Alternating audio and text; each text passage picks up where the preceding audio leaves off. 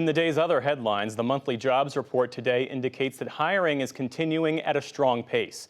U.S. employers added 353,000 jobs last month, double what many expected. The unemployment rate remained at 3.7%. And the latest report found that 3.1 million new jobs were created last year, making it among the best years for job growth since 1999. A federal judge in Washington has postponed former President Donald Trump's March trial on charges he sought to overturn the 2020 election. No new date has been set. That comes as a federal appeals court has yet to rule on a pending appeal from Mr. Trump over his claims of presidential immunity. Meantime, Fulton County District Attorney Fani Willis admitted in a court filing to having a personal relationship with a special prosecutor she hired for Mr. Trump's Georgia election fraud case. Willis insists there's no basis to dismiss the case or disqualify her from the prosecution. California is bracing for a second atmospheric river storm to dump more rain and snow across that state. It's expected to arrive late Saturday, fueled by a band of moisture formed over the Pacific Ocean. It comes on the heels of the week's first powerful storm that flooded streets and highways in Long Beach, with first responders rescuing people stranded in the floodwater. A Ukrainian intelligence official says Russia is refusing to return the bodies of scores of Ukrainian prisoners of war who allegedly died in a plane crash. Moscow claims it was transporting them on a military aircraft last month when Ukraine shot it down, which Kyiv denies. Meantime, at The Hague, the UN's top court said it has jurisdiction to rule on only part of Ukraine's genocide case against Russia. In Kenya, a truck carrying liquid petroleum gas exploded overnight in Nairobi, killing at least 3 people and injuring 280. 24 of those are said to be in critical condition.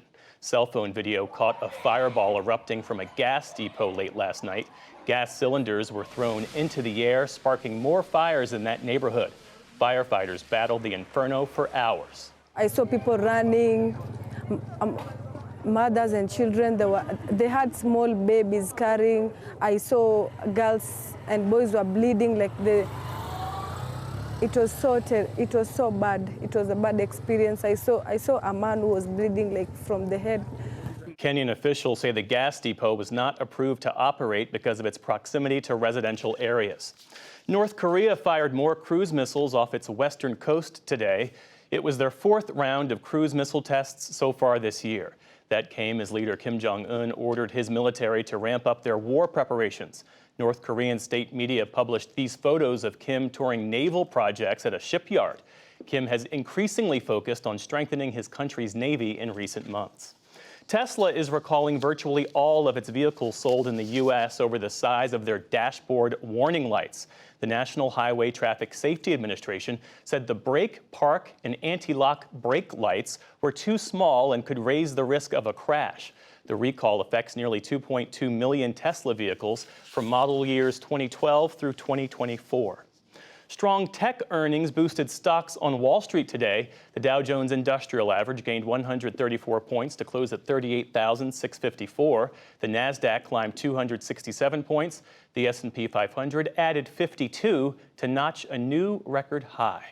And 2 passings of note tonight. Actor Carl Weathers died in his sleep Thursday. The former professional football player became a Hollywood star over his decades-long career, taking on a number of iconic action and comedy roles for TV and film.